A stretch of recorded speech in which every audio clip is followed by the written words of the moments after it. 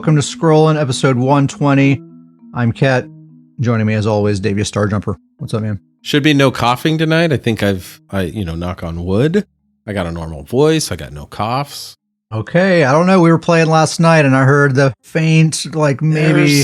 There's still a little dust on the shelf, but for the most part.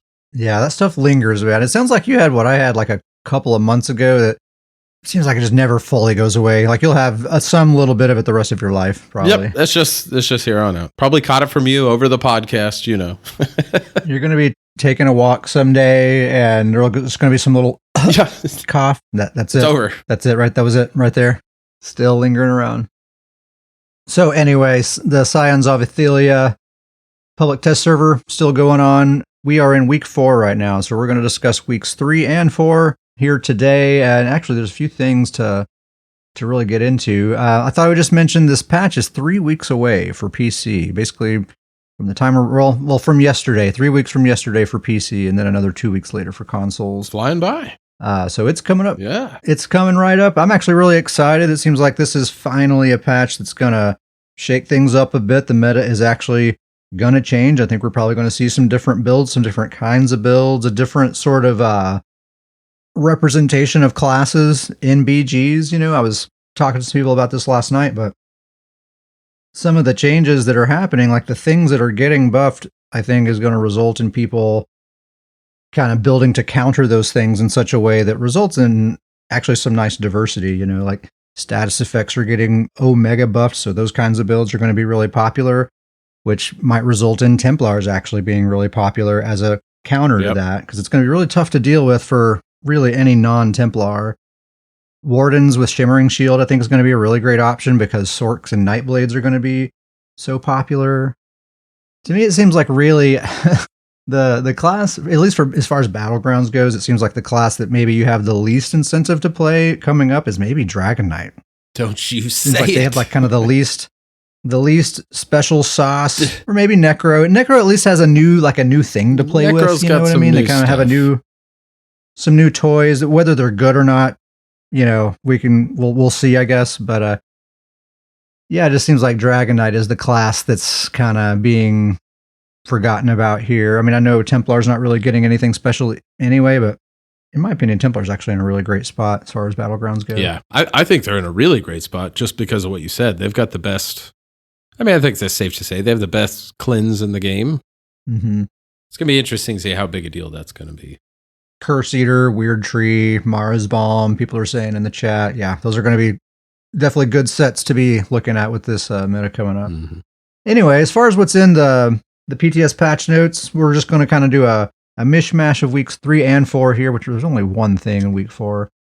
But to start off with, the hemorrhaging status. So remember they changed that, so it's the stacking dot thing now. So they just adjusted that damage so that now one stack will be 25% weaker than the burning status, 2 stacks will be equal to the burning status, and 3 stacks will be 25% stronger than the burning status. So just adjusting those numbers a little bit there. And then the Necromancer, the Blighted Blast Bones, that's the morph that's staying the same old Blast Bones. It will now always apply the diseased status, which remember, diseased status applies minor to file. Blighted Blast Bones already guaranteed applies major to file. So that's major and minor to file, guaranteed. Also remember that the disease status now gets applied in an AoE also. Plus the major to file is an AoE on that ability too. So that's kind of nice, actually. Yeah. Now it's disease damage, so it already had a chance to apply minor to file, but now it's guaranteed. A little something. Yeah, a little extra something. And then just yesterday in the week 4 notes with the Sacrificial Bones, that's the new name for the self Blast Bones thingy. That's the base ability. They say the base ability and the Grave Lord's Sacrifice morph now increases your damage done with all class abilities rather than just Gravelord abilities. Plus, it still applies to all dots as well. And then the Gravelord's Sacrifice morph, it no longer increases that damage bonus to 20%. It stays at 15%. But now it causes your Flame Skull, like the spammable, it causes all morphs of that for the third cast to deal its damage in an AoE around that initial target, and it creates a corpse at that location as well. And it still has a thing where it causes you to be treated as a corpse. That's kind of interesting, though. So it's a 15% damage increase to your class abilities and dots. Mhm. And then if you're using the Flying Skull, every third cast is an AoE blast, only while this Gravelord Sacrifice ability is active. What's the tooltip on it? Like the time limit? How long it lasts? For the Gravelord, Yeah, I don't remember how long it is. I believe it's 20 seconds. Okay. Like a full duration buff timer. Yeah, very easy to keep up then. Yeah. So it's like part of your buff rotation. It'll always be active pretty much. So yeah, you're spammable in that case if you're using the Flying Skull. Every third cast has that AoE blast. If you remember that ability, every third cast already deals 50% increased damage. So it'll be dealing that 50% increased damage in an AoE. That ends up being, I think, like 10% weaker than a Blast Bones when it gets that increased damage. It hits pretty hard. And what's really interesting about it is the Magicomorph, which is called Ricochet Skull. It bounces and hits a total of 3 targets. And in that the third cast does. When you cast the third cast, it's 50% increased damage, and it bounces to up to two additional targets. Interesting. And if you have this Gravelord Sacrifice thing active, then each one of those bounces is the AoE. Interesting. They all get the increased damage. They all get the AoE. If those 3 targets are standing near each other, then all 3 of them are going to get hit with all 3 of those. A little grenade skull. That's kind of cool. This is also the first case that I can think of where one ability is changing how another ability works. It's like a specific other ability, Does seem very specific. It's new. Which I think probably Necros are not happy about that. Like, they nerfed this. It was 20% increase to those damage types. They took it down to 15%, but then gave you this Flame Skull thing. I think most Necros don't want to use this Flame Skull, so they're just seeing that 15%. 15's lower than 20. Yeah.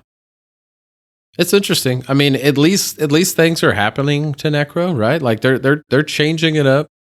I like the change that it's all Necro abilities. Like, I think that's really cool. Like it's the first sign, I feel like, of a Necro having like some real true class synergy with its own abilities for a while.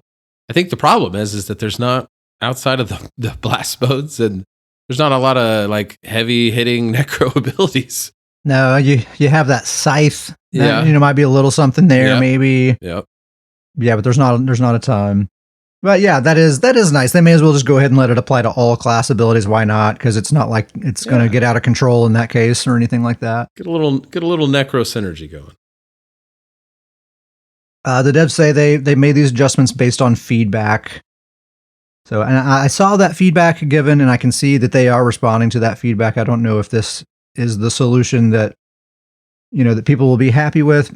It's funny because it seems like the things that they're doing for Necro are not things that Necromancer mains want, but they are things that I probably will use and benefit from in my builds. Mm-hmm. So I kind of feel bad for my Necro friends, but secretly I'm kind of looking forward to this in a weird way.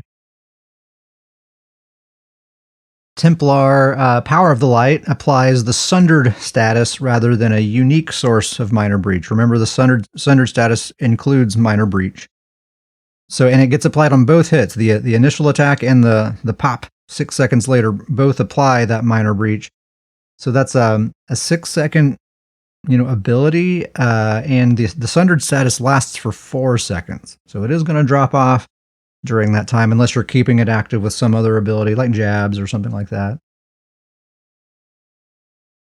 So I think maybe depending on your build, that's either a nerf or a buff, if you're even using this ability. I don't know very many Templars that even use this anymore, and I doubt this affects whether they slot it or not, honestly. Yeah, this ability. They did a buff not terribly long for it, but it still doesn't seem like it's back to the popularity that it once was. No, not even close. There's better stuff to use. I as a Templar main, I do not recommend slotting Power of the Light. Yeah.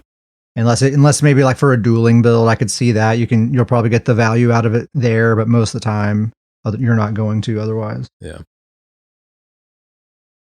Hello, Zemo Spirit. Rika Base, welcome. So for the bow snipe, the focused aim morph, same thing. It always applies the sundered status rather than a unique source of minor breach. Dual wield, the lacerate ultimate, the base ability applies the hemorrhaging status every tick. Guaranteed applies the hemorrhaging status. That's actually really good. Yeah. That ultimate has gained a lot of popularity lately too, and with the status effect kind of thing that's coming up, I think there's going to be a lot of builds that utilize that. It's a heavy hitting ability too. It is very juicy. The two-handed executioner ability, that morph now deals bleed damage rather than physical damage. The devs say that they're trying to add more sources of the hemorrhaging status in the game. So I'm kind of weirdly excited about this. I think this is actually going to be pretty cool. I've joked and talked and about a long time about doing kind of a bleed damage build, and now I'm kind of excited of what potential, you pair it with like Blood Drinker or something. Like I wonder what you can get just a regular, can Executioner be the spammable? Like how fun would that be if you're just spamming Executioner on everybody? Yeah, that's exactly what I was thinking is use Blood Drinker. You can make a Blood Drinker bleed build, and now you have a viable execute too. Yeah.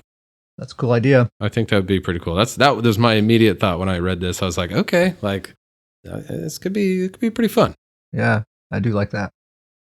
And then Vampire, the Eviscerate ability, I think that's the claw spammable. The base ability always applies the hemorrhaging status. A lot of hemorrhaging status stuff. Mm-hmm. And then the Werewolf Pounce ability, the base ability always applies the hemorrhaging status. Always the hemorrhaging. So the dual wield ultimate, two-handed executioner, Vampire, Eviscerate, Werewolf Pounce all have the hemorrhaging status added to them, basically. No further adjustments to the new mythic, the Torque of the Last Aliad King. I was hoping to see them do some more stuff with that, but it looks like it's just going to stay as it is for now. I don't know. I am looking forward to trying out this Necro thing. I think it's going to be cool. Yeah. I'm even going to be using the skulls, I think. Yeah, I think that's my thing. If we, this seems crazy to say, but if we didn't know the existing Blastbone's ability that they were taking away, I think this Necro thing would be exciting because it does offer a way to really change up a Necro build. It offers a lot of different, different options, different style of builds. But I think that it's just a lot of people are having a tough time saying goodbye to that ability. Having a tough time with that, and Necro doesn't have a lot of other abilities to get excited about. Okay, their damage is getting increased by 15%, but look at what I'm dealing with here. A great comparison, I think, is a Nightblade using the Soul Cleaver set, increasing the abilities in one skill line by 18%, and they're all amazing abilities. Every one of them are awesome abilities. Yep. So like a Nightblade having some abilities increased by a large amount, they have a lot to get excited about because they have some awesome abilities to get buffed there. Necro, we could buff these things by 100%. It's not going to make a huge difference because it still sucks to use these tethers and these awkward abilities. Yeah. Anyway, that's what's going on in the PTS. So this is week 4. So next week will be week 5. That'll be the final week. Doubt we see really anything significant there. And then Dead Week is usually how it goes. And then we'll have the patch. Then we're ready to test this thing. Yeah.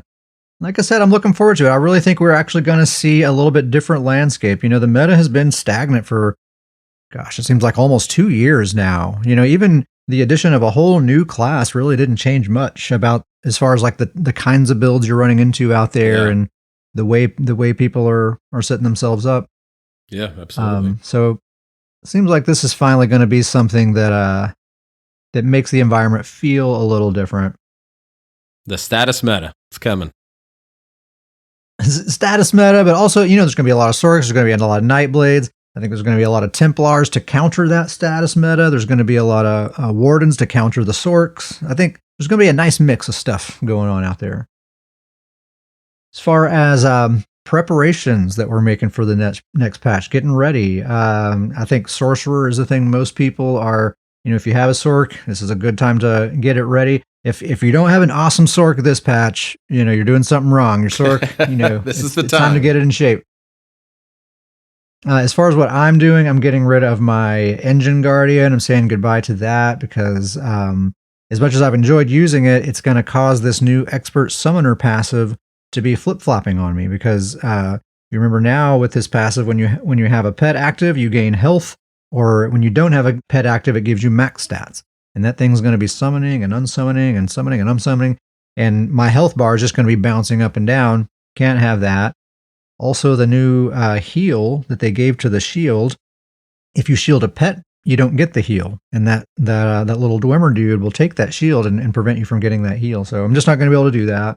Probably just going to replace it with just like some filler, like Druid's Braid and Magma, something like that. Not going to go another monster set? There really aren't any good monster sets for like ranged build. That was like the one good one. I've looked at the whole list of monster sets a few times, and really there just aren't any good ones. So that's fine. I think I'll probably end up using the damage shield that has that new heal attached to it rather than the new AoE burst heal. I was looking at them on PTS, and the shield's just juicier. It just depends on what your stats look like, because that heal scales with your offensive stats. And my Sork does have good damage, but it's not really coming from offensive stats. So that heal's actually not very strong. Whereas the shield and the heal on the shield scales with your max health. Yeah. I have a pretty decent amount of max health, and that thing's pretty strong. So that works pretty. It's just better numbers. It's probably what I'm going to do. Yep. Necromancer, I don't really have to change anything. I'll be using that new self blast bones. I already have that morph even, so I don't really have to change anything, and it's just going to so happen to fit my build really well. That'll be good. My Nightblade, I'm just going to log in and be more awesome. Plain and just simple. Be fantastic. Yep. Just right away. I'm going to have that siphoning attacks buff. I'm going to have minor expedition on both bars with concealed weapons. It's going to be awesome. What's the Nightblade part you're looking forward to the most? Like, what's the buff that you're like the most excited about? I think the siphoning attacks change. Just you're going to have so much better survivability and generally better sustain. Like, it's technically the numbers aren't any better than what you currently get out of it, but you have to be actively engaged in combat and be landing your light attack weaves to get the value out of it. Whereas with this, you tag someone with poison injection and you're good. This thing's doing stuff for you. So and my Nightblade, the way I have him built, he's already extremely survivable. He has a lot of heals over time and a really good defensive kit. This is just going to make him even better. Sam says Vamp Spam is going to be nice with that hemorrhaging thing. Yeah, that'll be nice. But yeah, I'm thinking I'm probably going to be spending a lot of time on Nightblade, actually. I like the idea of, like, Sorks, I think, are going to be the dominant class, and Nightblades, I think, will maybe be like number 2. And I kind of like that idea of, I want to play a really strong class, but not necessarily the strongest class. Yeah. So seems like a good time to be playing some Nightblade. I think you're going to be on old Betsy quite a bit. I think you are going to revel in the ability that Betsy's going to be kind of the counter to the meta with the Templar setup. Yeah, I mean, I think I don't have much choice. I think I will be forced. I already do that right now, like especially if it's in the evening and there's a lot of people playing. You and I were playing last night. We were having some duos and we were having some fun, and then we got into a sweaty match, and we were both like, "That's it. We're switching. Getting serious. Time to switch characters."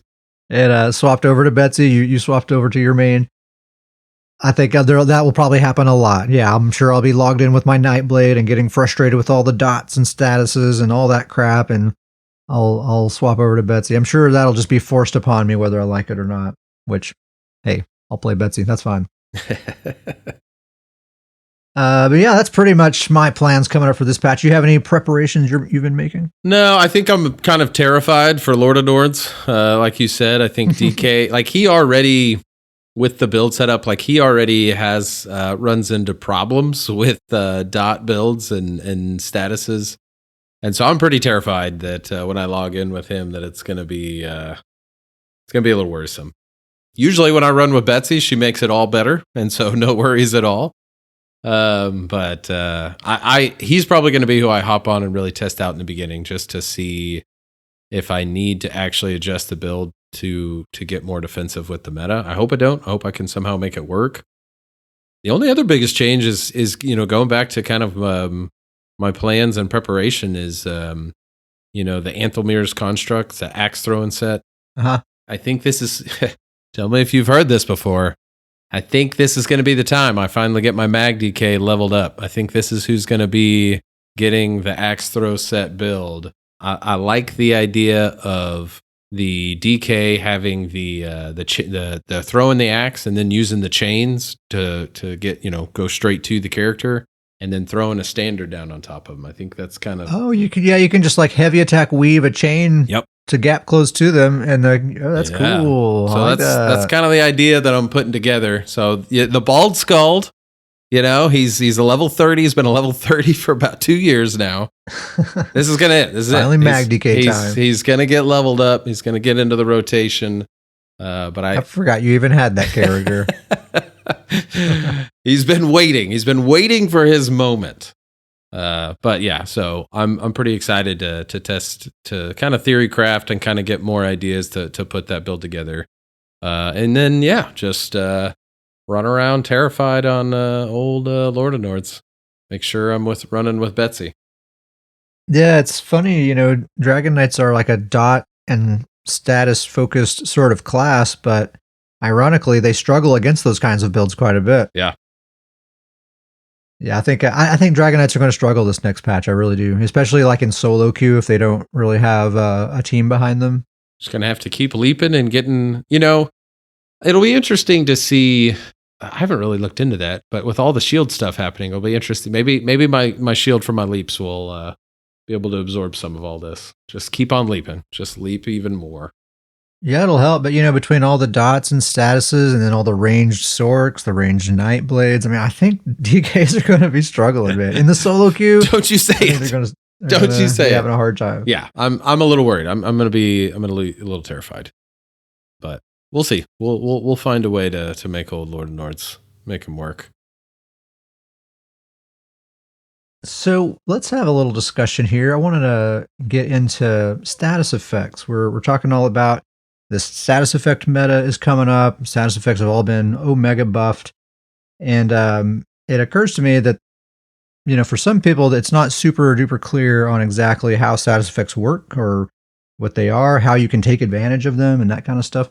So I thought we would have a segment here. We'll call it Status Effects Explained. And you're probably going to hear us say the words status effects like 1,000 times here. So effects of statuses. Yep. So we'll just try to break this down here and clarify a few things. So there was a time that this was not clear to me. So what are status effects? The way I want to go ahead and define them is that they are negative effects that have a chance to be applied whenever you deal damage. And the type of status corresponds to the type of damage, right? So fire damage applies the burning status, which is basically just a dot. And note that the burning status is not the same thing as a flame damage dot, right? Like you put flame reach on somebody, that's dealing, flame damage over time. That can also apply the burning status, but that's a separate thing. Same thing with the poison status. Poison damage applies the poison status, which is also a dot. Disease damage applies the disease status, which is instant damage, plus it applies minor defile. Frost damage can apply the chilled status, which deals instant damage and applies minor maim. Shock damage can apply the concussed status, which deals instant damage and applies minor vulnerability. Bleed damage can apply hemorrhaging, which is like that stacking dot thing now. Physical damage can apply the sundered status, which is instant damage and applies minor breach, and it now gives you 100 weapon and spell damage. And then magic damage applies the overcharge status, which is instant damage, applies minor magic steal, and instantly restores 65 magicka. All of those, anything that has a duration, it's all 4-second durations now. Those are the statuses. Your chance of applying those statuses depends on how that damage was delivered. So your weapon glyph, like if you have a poison glyph or a fire glyph or something on your weapon, those have the highest chance of anything. They have a 20% chance to apply a status effect. And then it's single target direct damage, like your dizzying swing, for example, that has a 10% chance. Area of effect direct damage has a 5% chance. Single target damage over time has a 3% chance. And area of effect damage over time, like Wall of Elements, for example, has a 1% chance. And then your light and heavy attacks cannot apply status effects at all. 0% chance there. So starting with weapon enchantments, it goes 20, 10, 5, 3, 1. 20, 10, 5, 3, 1 is kind of how I remember it, and you can figure it out from there. But then we have the charged weapon trait. Right now, it increases your chance to apply statuses by 365%. That's getting nerfed to 235%. And the way you do that math is you take your base percent chance and you multiply that by 3.35. And that's what your new chance will be. So your glyph has a 20% chance normally. For using the charge trait, you multiply the 20 by 3.35, that becomes a 67% chance that your glyph has to apply a status effect. Yeah, charge is going to probably be, I mean, it's already popular, but it's going to be even more popular. Yeah, even though it's getting nerfed, the statuses themselves are getting buffed quite a bit. So yeah, I think charge is going to be a big deal, especially with a Destro Staff, because you get that Elemental Force passive that gives you another 100% chance. So in that case, you would multiply the base chance by 4.35, so then that 20% chance would then become 87%. The CP buff, yeah, we'll talk about the CP stuff here in a minute. Yeah, we are mostly worried about BGs, so not super concerned about it, but we will talk about it here in just a sec, though. So yeah, I think just for that, the fact that the charge trait is getting nerfed might make the Destro Staff a little more popular, since it kind of unnerfs that a little bit, with that passive. And then you have some abilities that are guaranteed to apply status effects, right? You have Rending Slashes, always applies hemorrhaging. Burning Spellweave always applies burning, stuff like that. But even stuff that doesn't state that, everything always has a chance. Yeah. That's something that's important to consider when you're looking at proc sets. That's often what makes one proc set better than another. You might be looking at two tooltips and the DPS is nearly identical, but one is direct damage and the other is damage over time. And so, the direct damage one is going to actually be more damage because it's going to be applying status effects more often. That's why sets like Ice Furnace, Way of Fire, Poisonous Serpent, a lot of those really popular proc sets, that's a lot of the reason why they're popular, because they apply statuses very frequently and you get more damage out of them that way. So yeah, for the champion points, I think the main one that you want to look at is that Force of Nature. It gives you 660 penetration for each status that is active on the target. So that can be pretty strong. There's also Occult Overload. If you kill an enemy that has a status effect on them, they explode and deal some damage to the people around them. I think that was nerfed quite a bit and it's not super strong anymore. And then you have that Flawless Ritual and Battle Mastery champion points that increases your chance to apply status effects by 30%. And those are just associated with either magic or martial damage types. So yeah, we're mostly kind of just focused on battlegrounds. Champion points don't really factor into our thought process a lot of the time, but those are there. Also keep in mind, when I was kind of first starting playing this game, this confused me a lot, but status effects are not the same thing as negative effects. So all status effects are negative effects, but not all negative effects are status effects, right? Minor Breach, for example, is a negative effect that is included as part of the Sundered status. Sundered is the status effect. Minor Breach is a separate debuff that itself is not a status effect, but it's included as part of a status effect. You can apply Minor Breach, theoretically, without applying the Sundered status. We're getting to real deep critical thinking level here. Yeah. Well, that confused me a lot. Just getting status effects and negative effects confused in my mind. There are specifically 8 status effects. It's Burning, Poison, Disease, Chilled, Concussed, Hemorrhaging, Sundered, Overcharged. Those are the status effects. Anything that is not those things is not a status effect. So let's talk about some builds that maybe will take advantage of status effects. We're not going to talk fully about a build, like here is the build that you might use, but we're going to talk about some ideas that you might incorporate into a build to take advantage of statuses. As far as class choice, really, you can choose any class. You can make a really great status-focused build on literally any class. Arcanists are very popular because they have that passive that increases their damage with statuses. Yeah. Necros actually make really good status builds too because they have a really wide variety of damage types in their class, so they can get really good coverage of a bunch of different kinds of statuses really easily. But really, any class works. Those two I think are the best. As far as sets go, Serpent's Disdain is kind of the first one that comes to mind anytime you think of a status build. Yeah. It increases the duration of status effects that you apply by 16 seconds. And what's interesting about that, like normally a status lasts 4 seconds. So typically, you're probably going to have maybe 2 or 3 statuses active at a time on somebody. Say you have all 8 statuses in your build. You might have 2 or 3 of them active at a time because of how short a duration they are and the percent chance they have to apply and all that. But with Serpent's Disdain, now instead of 4 seconds, it lasts 18 seconds. Actually, after further research, I've discovered that 16 plus 4 is 20, so that's 20 seconds. Which means once a status gets applied, it's basically going to be permanent from that point forward because it's almost certainly going to get reapplied at some point within that 18-second window. 20 seconds. And as soon as it does, it refreshes that 18-second duration, and it's just never going to go away. And so you get like 8-10 seconds into a fight, and they have every status effect in the game on them permanently, plus whatever other dots and anything else you're throwing on them, and it just eats them alive, man. And even Templars, my Templar Betsy, who cleanses like crazy, can't keep up with all the negative effects and everything just eating her alive. She'll run out of magicka trying to cleanse it all off, and she just dies. Yeah. It's a nasty, nasty, nasty build. It is nasty. Uncle Sam can tell you all about it.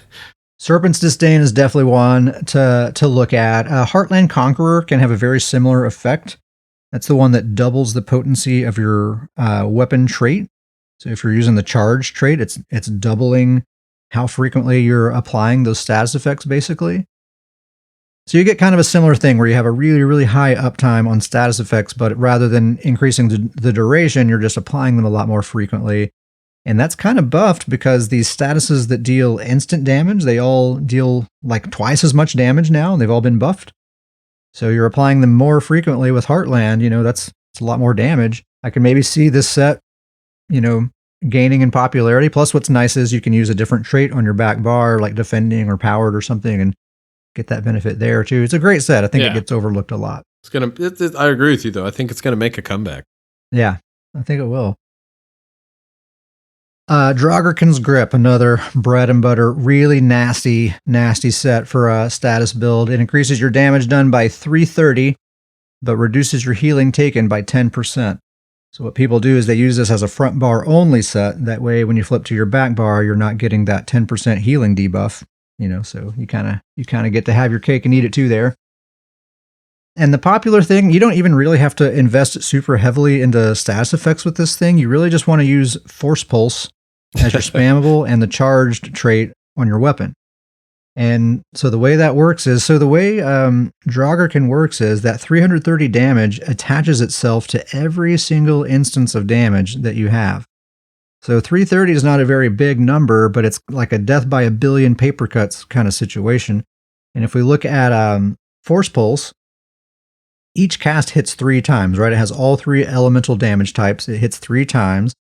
If each of those apply their respective statuses, then each of those statuses hit, they deal damage as well. So that's 6 hits right there. That 330 damage attaches itself to every single one of those. So that's 330 times 6.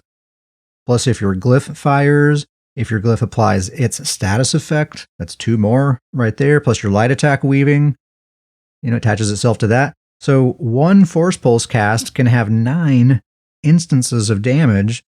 Draugr attaches itself to every single one of those. So that's like 3,000 extra damage on top of, whatever the ability itself is doing and all of that. It just adds up so quickly. Yeah, that's just one example. That's just Force Pulse. You just cast Force Pulse one time, and that's Draugr times 9 just happened. So you can see you throw a few dots into your build and a couple of other things, and it just gets out of control. Really, really nasty set.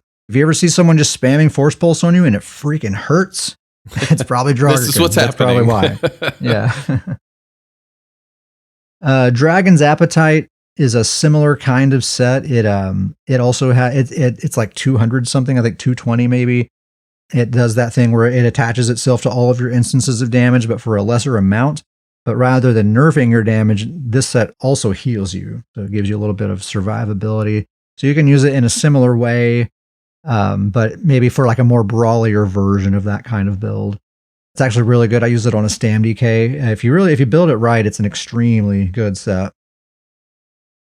And then some other sets that aren't necessarily status sets, but they're just good sets to use because of status effects. Ice Furnace is a good one. Whenever you deal frost damage, it deals like AoE flame damage with a 1 second cooldown. And what's nice, I think it's like an 8 meter radius, which is like a 16 meter total area every time it procs. And it's direct damage every time, which means it has a high chance to apply status effects.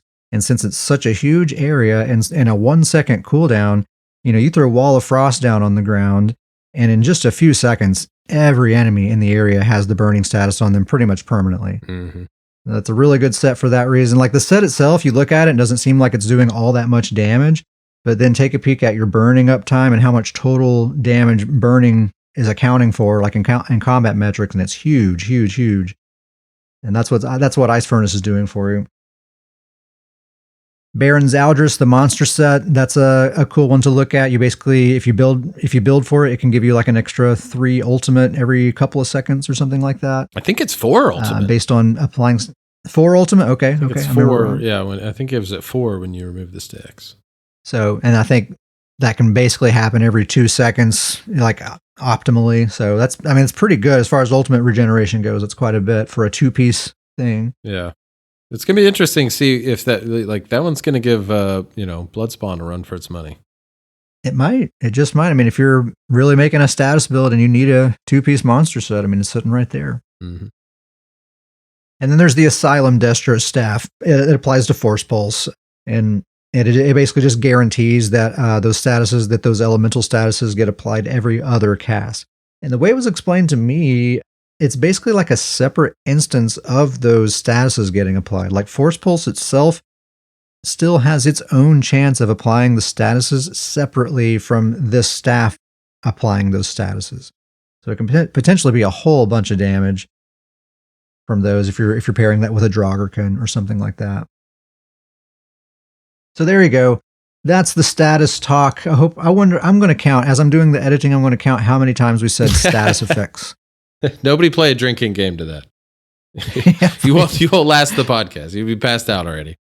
Hopefully that cleared anything up. Scrollingpodcast@gmail.com if you have any questions about status effects or anything else. Anything else to add to that, Davius?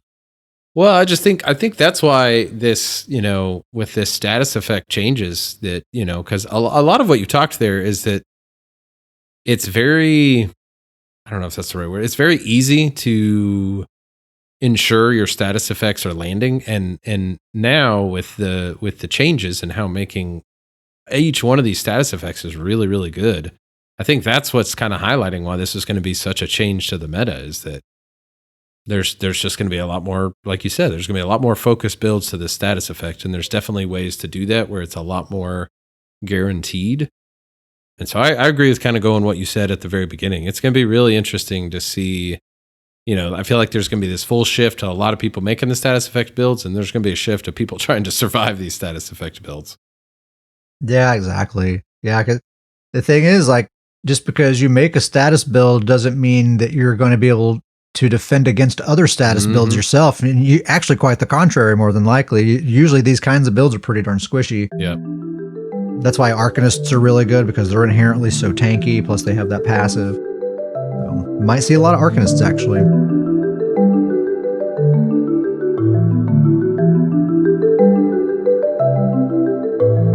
Of course, we've been doing a lot of PvP, Battlegrounds as usual. We had Chaos Ball weekend before last, and it was as annoying as you would expect it to be. It was really not a great time, I didn't think.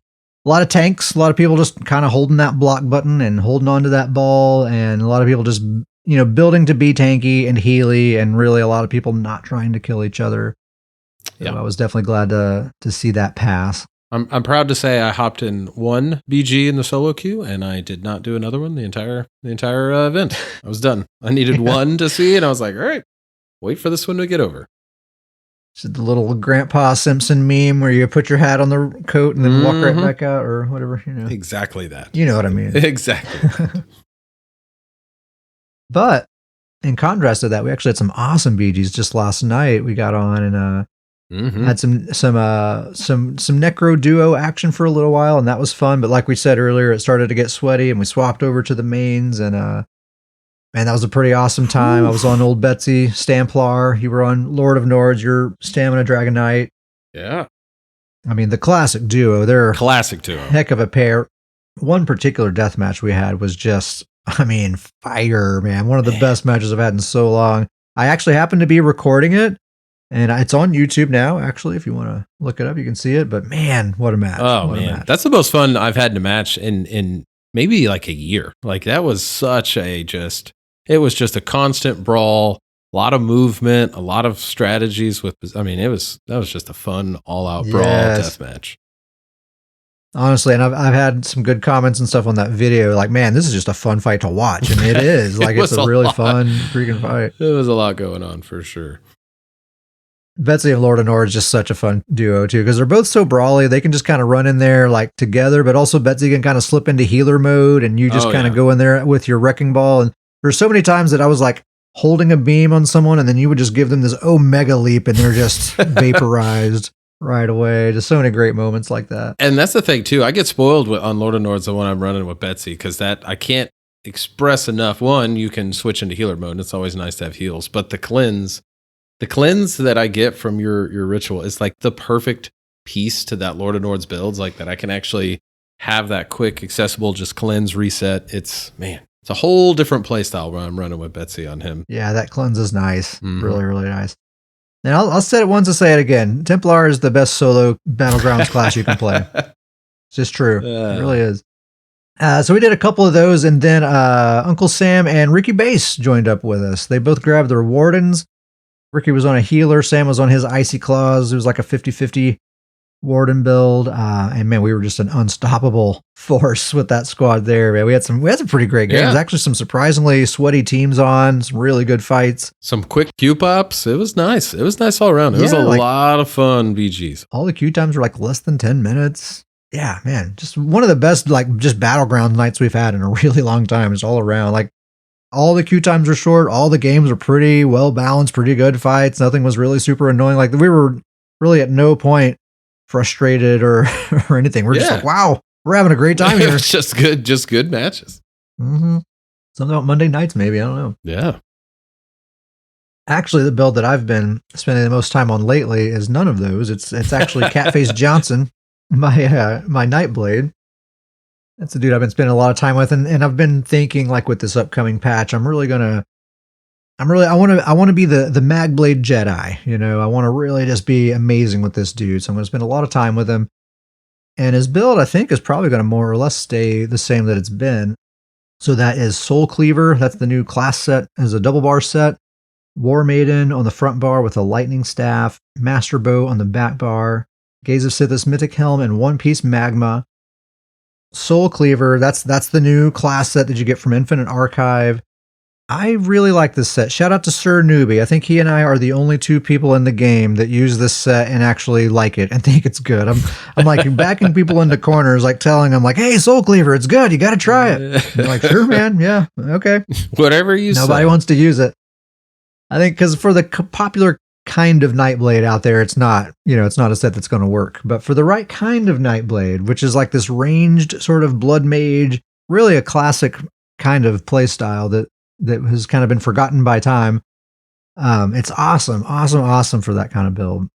So the siphoning abilities that I'm using Swallow Soul, the spammable, Shrewd Offering, the heal spammable, siphoning attacks, and the Soul Tether ultimate. So all four of those abilities are getting an 18% cost reduction, and they're 18% more potent. And then War Maiden, of course, great front bar set. All of my damage is magic damage. It's pumping that all up with that 600 weapon and spell damage back behind it. Master Bow is it's not an amazing arena weapon. It actually needs to be buffed, but I need a source of major sorcery and I need a back bar weapon. So it's just an easy solution. I use Venom Arrow for my weapon damage buff, and Master Bow fits with that. So it's just an easy thing to do. It's kind of neat just that it's unique, right? Just in the uniqueness of it. Yeah, I wish Master Bow was better, but yeah, it's the right choice. There's really, if I look at all the other arena weapons, I need a bow for major expedition, and there's just nothing else that fits there. So it's actually just kind of nice that it does exist so that I can use it. Yeah. Ranged offense, I open. So what I do is I open with Venom Arrow that activates that Master Bow, gives me my weapon and spell damage buff, and then I just light attack weave with Swallow Soul until they get low on health, and then I pop them with a Merciless Resolve, do a Soul Tether ultimate, and execute them with Impale. Or if I don't have the ultimate, then just Merciless Resolve and Impale. That easy. And defensively, I do use Cloak. I do turn invisible. I have Vigor, Shrewd Offering, Phantasmal Escape, which is that bubble that gives you major evasion and snare removal and free roll dodges and 100 other things probably. And then I have a Flex Spot, which is generally either Concealed Weapon or Camo Hunter, depending on who my opponents are. What's really fun about playing Nightblade these days is there's very little buff management. Right now, I have one timer that I'm keeping up with, which is siphoning attacks. That's wild. Everything else is just kind of automatic. And with this next update coming, I won't even have to keep up with that. That'll no longer be a timer. I will literally, Nightblades in general will literally have zero buff management to keep up with. That's wild. Yeah, I get my weapon damage from Venom Arrow, which is just part of my combo, so I'm not really consciously thinking about that. Everything else, my crit buff, I'm getting passively from Cloak. My armor buff, I get from a passive that I don't really have to think about. Like why do I need Oaken Soul for a Nightblade anymore? It's crazy. You can just so completely be in the moment as a Nightblade. Outlaw Red says, do you think Nightblade healers will be viable? Yeah. Oh yeah. You can have some really awesome Nightblade healers. Grizzly Con makes a good point. Spam Offering. Yeah, that Offering is so cheap. Like just that one ability alone pretty much makes you a healer. You can just spam that all day, all night. But what I like about this kind of build is he's actually very much a team player. He does turn invisible. He has that kind of sneaky kind of play style, but he's very much, he has like almost 35k health. He has a lot of heals. He actually can be brawly, and he can be a body block, and he can actually heal his teammates, and he can kind of get into the mix of things when he wants to. And then he turns invisible because he chooses to, not because he has to, and he uses it as a tool. I really like using it that way. He has a bunch of points in health. He has some, he's very defensive actually. So I like playing a Nightblade that way, that actually is a good team player, but it still feels very Nightblade-y. It's a good build. So I'll probably keep tweaking this, and once the patch drops, I might find that I want to change a thing or two here or there maybe, but I'll probably more or less be this setup. I've really been enjoying it the last couple of weeks. I've been playing a lot with this dude, getting some great results. Old cat face. You're going to switch back to that Nightblade main mantra that you have. It comes around every now and then. It rotates back in. Yeah. I was originally a Nightblade main. It's still in there in my heart. You got a build to talk about, Davius. Chief of Grief, your Necromancer? Old Chief of Grief, my Bow Crow. I actually, very new build. Just put this together yesterday for our builds. It's kind of already pretty well tested because it's pretty much very similar to a setup, one of your setups that you run on Despair. It's just kind of a more stamina-based version, where I think that's more of a Magicka-based version. But yeah, the build is Oaken Soul, 1-bar build, always. And then the 5-piece Defiler, the Maw of the Infernal monster set, 3-piece Agility, and then 1 Trainee. And then basically that Defiler it's just that set that if you deal crit damage, it summons that Hunger is what it calls it, deals AoE poison damage and stuns enemies. And then the Maw of the Infernal summons the big Daedroth that runs around and does fire damage and AoE. So really just summon as many pets as possible. The big reason that I kind of changed up this build is that I kind of had a nice standard Bow Crow setup, I would say. But I just never played with it. It ran too similar to my Bearclaw of the Nord, my Stam Warden. And so I really wanted to put together a build that just played different, kind of had a different idea. And so I know that you'd kind of run a similar setup on Despair, and I know you'd had a lot of fun with it. And so I kind of just did a bow version of that. And it's a blast. Like, I love it. It's so much fun. The bar setup is the spammable that I was running was Acid Spray last night. I think that's going to switch to Bombard, and I'll talk about a little bit more on that in a minute. Skeleton Archer, Spirit Guardian, the Blighted Blast Bones, and then the Resistant Flesh for the heal. And so, summoning the Skeleton Archer, summoning the Spirit Guardian, having Blast Bones run around, plus the Defiler summoning, plus the Maw summoning. It's just this chaos is really just kind of what it is. It's just create as much chaos as possible and kind of just make sure you're keeping all that chaos up. And then kind of just going back to that spammable. I was running Acid Spray because Acid Spray, has a really nice dot. It is good damage. But me and you kind of talked about after we kind of ran some of the matches, I think Bombard's going to be the way to go just on what I just said. The way this build kind of is effective and really helps out the team is just creating as much chaos as possible. And so Bombard just goes much more in line with that. It's not going to be a build that fills up the stat sheets. It's not going to have the most kills. It's not going to have the most damage. But it can effectively create chaos and body blocks and all this stuff going around. And so the Bombard just kind of goes along with that, get that Immobilize going, help your teammates out by spreading that Immobilize all over your enemies. Yeah, it's a really fun build to kind of watch it all come out. And then you actually were the one that gave me the idea for the ult. I hadn't even thought about it, but I'm using the Animate Blast Bones ult, which is just perfect theme-wise for the build, but it is so much fun to use.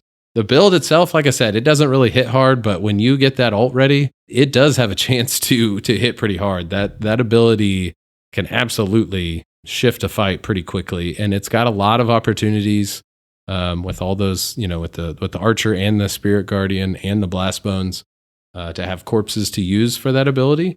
And so it worked out really well, I would say. Love a good offensive support build. Yeah, just create as much chaos as you can for the team. It's kind of just continued pressure. You can kind of keep pressure up. It can drop back and do some support. It is a bow build. You can stay back at range. You don't have to kind of get up there in the fight. I actually found it to be surprisingly pretty tanky. Like the survivability on it was pretty good. And that's just probably kind of goes back to that chaosness. There's so many things running around and going around it that it kind of really helped it to stay alive. Yeah. I've found that on, because like you said, I run a similar setup on my Necro Despair sometimes. It's like one of her setups. I've noticed that too, where I don't actually get focused all that much, and I think it's because I have so many minions and stuff around me that it like creates this illusion that people are outnumbered and they want to get away. And I find I'm not really taking a lot of pressure a lot of the time. Yeah, absolutely.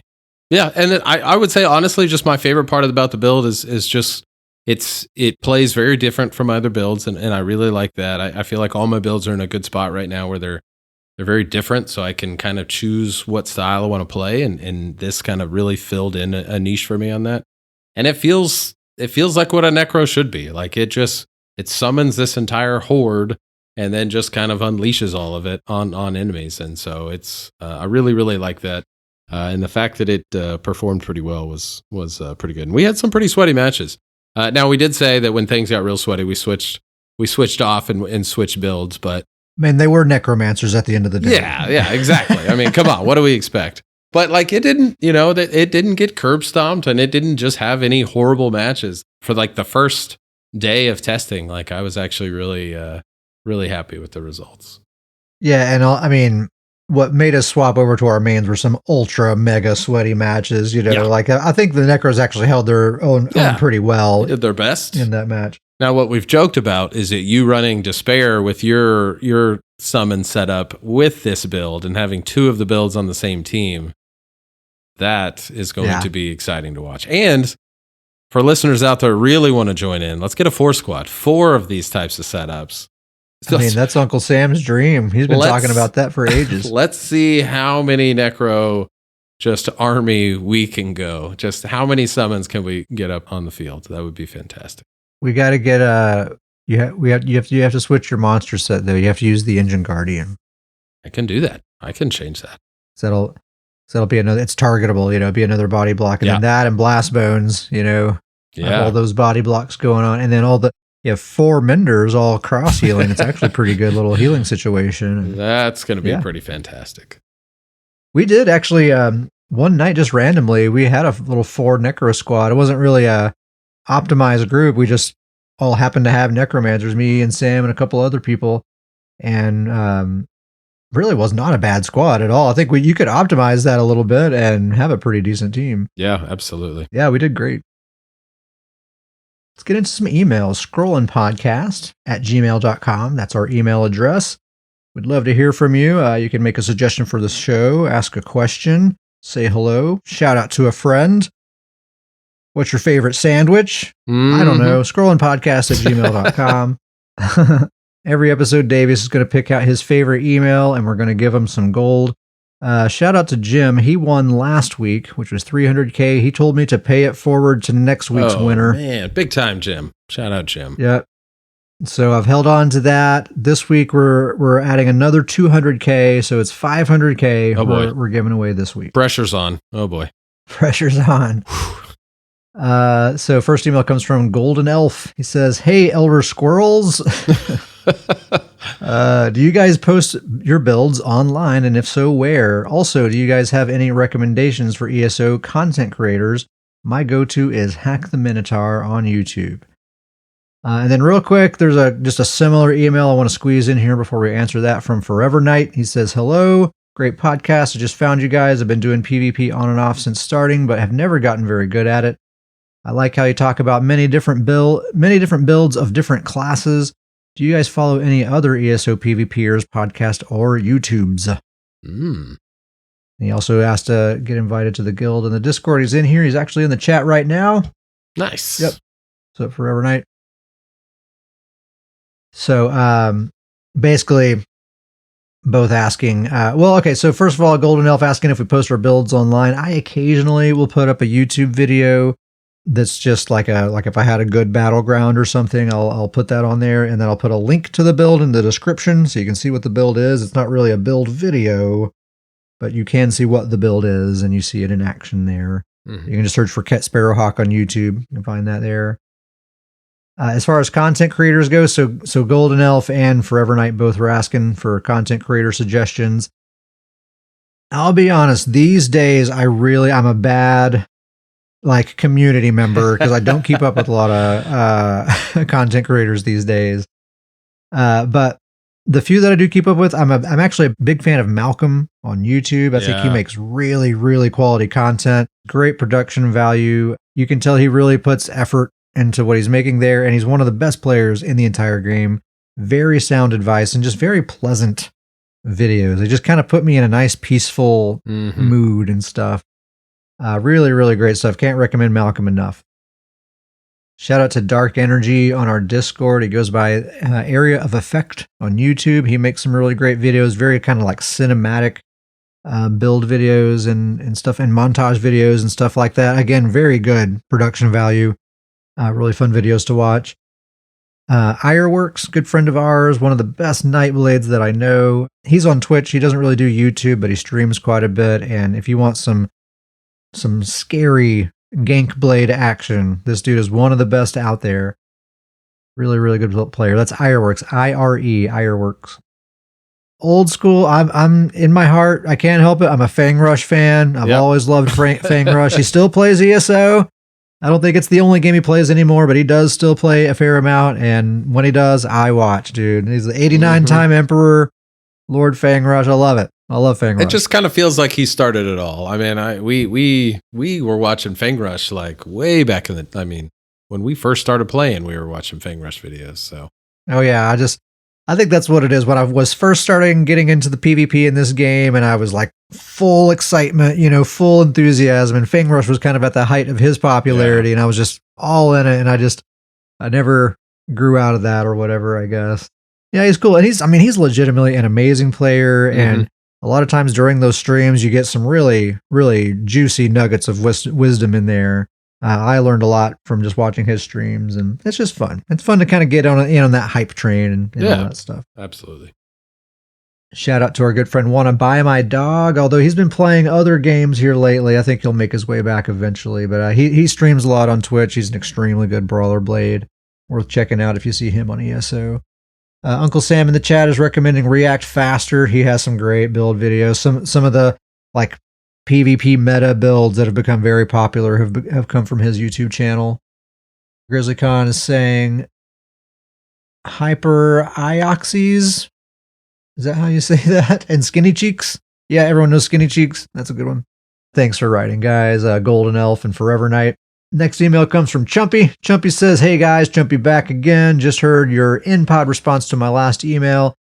And then he said that his response was that nodding Redford meme. Exactly. That's the Zach Galifianakis kind of smiling in the woods and nodding, Very nice. So anyway, he says, thank you for reminding me that I'm an Elder Scrolls player at heart. Adventure around every corner. I think I did get caught up in all the new gizmos and gadgets and systems that are available. I forgot about actually playing. Duh. I would pay real life money to relive some of my Elder Scrolls adventures of the past, and right now I've got a whole bunch in front of me for practically free. Nice. Plus, all the extra support really means a lot, and yes, I will annoy a lot of you in Discord. This is not the last you'll hear from me, from the Noob Lord. Nostalgically, Chumpy. Nice. Gotta say, got a great way with words, Chumpy. Man, I love these emails from you. I mean, just poetry with the email there. Yeah. Wonderful. So good stuff. So we're just basically just having email correspondence here with Chumpy. Just each episode, you'll hear the latest between our little email correspondence here. So there you go. Those are our emails from Golden Elf, Forever Knight, and Chumpy. You got to pick one, Davius. Who wins? You always put the pressure. I think I'm going to go Chumpy. Just kind of what you said there. I love Chumpy's way with words. It's really they're fun emails to read and kind of go through. So yeah, shout out Chumpy. I agree. Chumpy, 500K coming your way. Congrats. I think Chumpy actually is on PC. I think. I hope. We'll see. If it's Xbox, not, we'll get you something. If it's Xbox, we know some people. Don't worry. If it's Xbox, you will get an indeterminate amount of gold. Scrollandpodcast@gmail.com. Please send us your emails. We have a guild. The guild's name is Stoon's Goons. It is literally the best PvP guild in the game, and it just so happens to be the best named guild on the PCNA server also. It's also the official guild of the Scrollin' Podcast. If you'd like to be a member, you can send us an email at scrollandpodcast@gmail.com, and we'll get you in there. We're on PCNA and Xbox NA, so if you're on either of those platforms, saddle up, partner. It's time. It's time to become a goon. If your guild roster is full, or if you're on a different platform, that's okay. You can just come join the Discord. Everyone who's on the Discord is a fully fledged goon. In-game membership is not required. So scrollandpodcast@gmail.com to join the guild or the Discord or both. If you'd like to support the show, one easy thing you can do is go to the Apple Podcast app and give us a star rating and especially a written review. If you'd like to go further than that, you can go to patreon.com/scrollandpodcast. Sign up to receive Stoon's Boon for $3 a month. That gets you access to a few different things, including the Booncast, which is a shorter solo podcast that I do on the off weeks. Other ways you can help, if you happen to be a member of the guild, you can drop stuff into the guild bank, crafting mats, gold, really anything that you think might be helpful. And really, at the very least, just join the Discord, having an active community of people that are into this game, so we have stuff to talk about and all of that. That's the best thing that for this podcast. That's the biggest fuel that we have is just this community here. So we got to brag on the Discord, man. It's just awesome. I mean, they're just an awesome culture. Like shout out to the chat the other day. It was a weekend, just woke up. Everybody's just showering nice messages. Oh, I know. The positivity has just been amazing. Off the chain here lately. Just so much just good vibes and wholesomeness and awesome. It's crazy awesome for stuff. A PvP guild, and we're like serious PvPers. There's some real monsters in here, but we're all just kumbaya over here. It's really, really nice. Yeah. Heck yeah. I think a lot of props needs to go to the Xbox chapter of the Oh, guild, man. They have really brought some special sauce to the community here. Like they have an enthusiasm about it that I think has been contagious. Yeah. And I think there's been a need for like a Battlegrounds focused guild on the Xbox server, and so I think that's a big part of why they're finding so much success and having so much fun with it. It's awesome. It's awesome to be a part of. Uncle Sam says Xbox players better than PC players. It's true. And then he does a crying. They're better emoji. people. They're better people. You know, They're better. It's just the truth. Yeah, it's been awesome having you guys around. Thank you so much. Shout out to the chat. We have F7, Grizzly Khan, Outlaw Red, Uncle Sam. Someone else was in here earlier. Ricky Bass was in here earlier. I think we had Zemo's Spirit for a little bit. Zemo's Spirit was here. He wasn't actually here, but he sent his spirit to say hello. Shout out to Uncle Sam, Garion, Maddie Quinn, Shoddy Magician, Ricky Bass, Sir Newbie, Outlaw Red. A bunch of people we've been playing together lately. It's been nice. It's good to have friends, you know. Oh, shout out to Sudica, Grizzly Khan. Shout out to Sudica. Yes, resident wholesome person. Sudica. Absolutely. Love Sudica.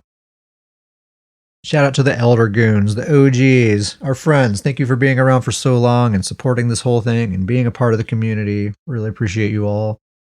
And shout out to our Stoons Boon recipients, our Patreon supporters, Pork Body, Toadster, Gummy Bear, Grizzly Khan, Thomas, Taggart, Mother of Dragons, Sudica, Jim, Maxwell, Derpenstuff, Dudagon, Brewerman, and Brock. You can't not do the pause at this point. It would people would get freaked out if you didn't pause.